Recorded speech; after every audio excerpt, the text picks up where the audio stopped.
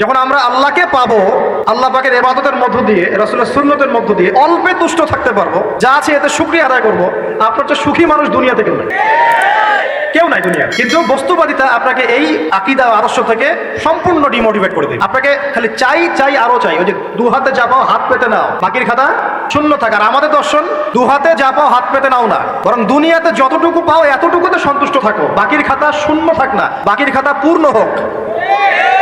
মানে পরকালটা বাকির খাতা না, পরকালের বাকির খাতাটা পূর্ণ হোক। প্রয়োজনে দুনিয়ার সব চলে যায় যাক, প্রয়োজনে দুনিয়ার সব যদি চলেও যায় যাক, তারপরে বাকির খাতা কি হোক? পূর্ণ হোক। এটাই আল্লাহ রাব্বুল আলামিন সূরা আ'লার মধ্যে বলছেন, বাল তু'সিরুনাল হায়াতাদ দুনিয়া, তোমরা এই দুনিয়ার জীবনটাকেই প্রাধান্য দিয়ে থাকো। ওয়াল আখিরাতু খায়রুন ওয়া আবকা, কিন্তু আখিরাত হচ্ছে সবচেয়ে উত্তম এবং চিরস্থায়ী। প্রিয় ভাই এবং বোনেরা যারা আলোচনা শুনছেন, আজকে আমাদের প্রথম সবক হওয়া উচিত দুনিয়ার নেশায় আমরা না পড়ি। আল্লাহ পাক আমাদেরকে তৌফিক দান। এর মানে এই না আমরা দুনিয়ার প্রোগ্রেসে যাব না, অবশ্যই যাব, আমরা অবশ্যই যাব। পুরো ন্যাশন জাতিগতভাবেই আমাদেরকে এই ওয়ার্ল্ডের সমকক্ষ তো হতে হবে, হবে কি না? আমরা কি ওয়ার্ল্ডের সমকক্ষ হতে পেরেছে? আপনাদের কি মনে হয় যে মিলস, ইন্ডাস্ট্রিজ, ফ্যাক্টরিজ, সেতু, ফ্লাইওভার এইগুলো করলেই মনে হয় যে ওয়ার্ল্ডের সমকক্ষ হওয়া যায়?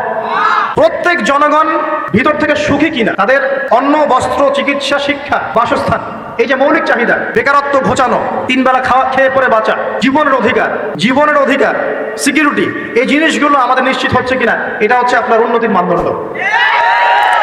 উন্নতির মানদণ্ড কি? আমরা এখন যেখানে আছি না, 1776 সালে অ্যাডাম স্মিথ তার চেয়ে আগের জায়গায় ছিল। 1776 সালে অ্যাডাম স্মিথ একটা বই লিখেছেন, তার নাম হচ্ছে যে দি ওয়েলথ অফ নেশন, এই কিভাবে একটা রাষ্ট্রের ওয়েলথ ফাংশন করে। ওই 1776 সালে তিনি যে চিন্তাগুলো করেছেন, এখন পর্যন্ত আমরা সেই চিন্তা বাস্তবায়ন করতে পারি নাই। 1776 সালের চিন্তা, কিন্তু ওই চিন্তা বাস্তবায়ন করেছে পশ্চিমারা। পশ্চিমা সভ্যতা যেটা আপনি দেখছেন দাঁড়িয়ে আছে, এই একটা বইয়ের উপর দাঁড়িয়ে আছে। যেমন একটা এক্সাম্পল দিই, আলোচনা কঠিন হয়ে যাবে, অন্যদিকে যাবো।